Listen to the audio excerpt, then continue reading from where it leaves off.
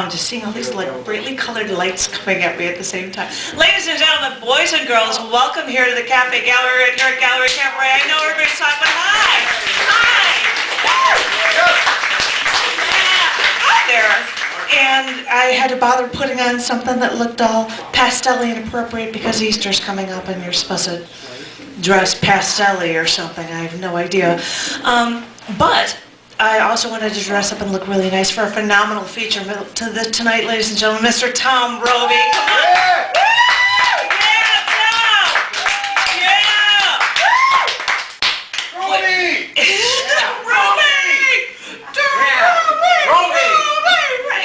And there used to be a street named after him. Did you know that? A Tom Street? Tom Street, yeah. Roby! And Tom actually asked to be a feature in the middle of the open mic, so I'm going to slide him right there into the middle of the open mic setting. And in fact, I've even got a bag, so I think by the end of this poem, John, I'm going to have to ask you to hand me a bag or something, just because I'm not bright and I didn't think of it right now. But other than phenomenal features, I know I'd sent letters out to the cafe list. I was saying, hey, I don't know, because of a rearrangement of schedule, GPA is like, I can't do a feature on April 24th.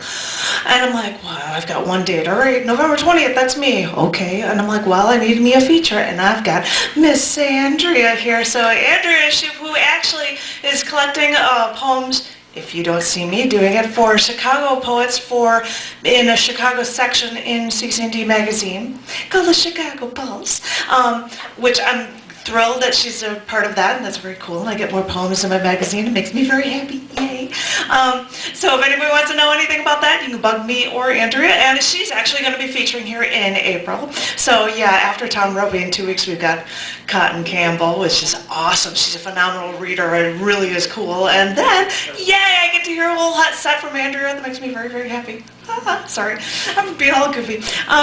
But I'm going to stop talking about all these upcoming things because I'll probably do that after Tom's great feature.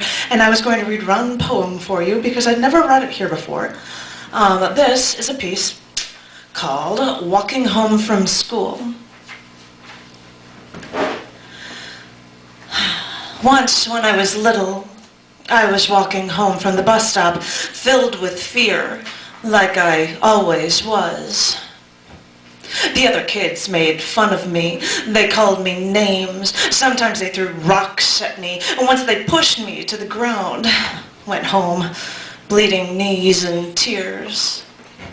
But once, I'll never forget, Patty from 121st Street was walking behind me and threw her gym shoes at me. They landed right next to me as I was walking down that first big hill. I don't know if I stopped, but I remember for a brief moment looking up at the tall tree branches next to the road. All these entangled, dead branches.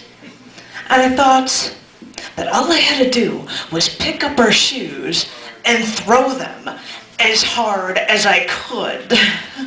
And she'd never get her shoes back.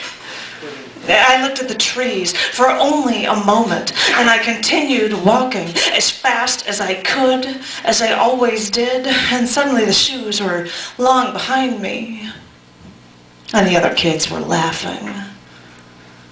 I look back now and wonder why I didn't do it. Was I scared of them? Was I scared of myself? I still keep asking myself that. Thank you. I know, there we go. Thank you. There we go with my weird emotional stern. And he's like, I'm going to throw a bag at you. You leave that on, John. Do you happen to have a bag?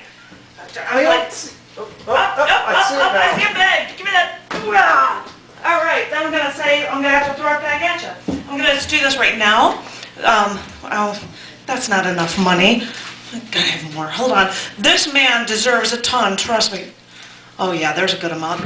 This man deserves a ton of money, so I'm going to be shipping off this glorious bag.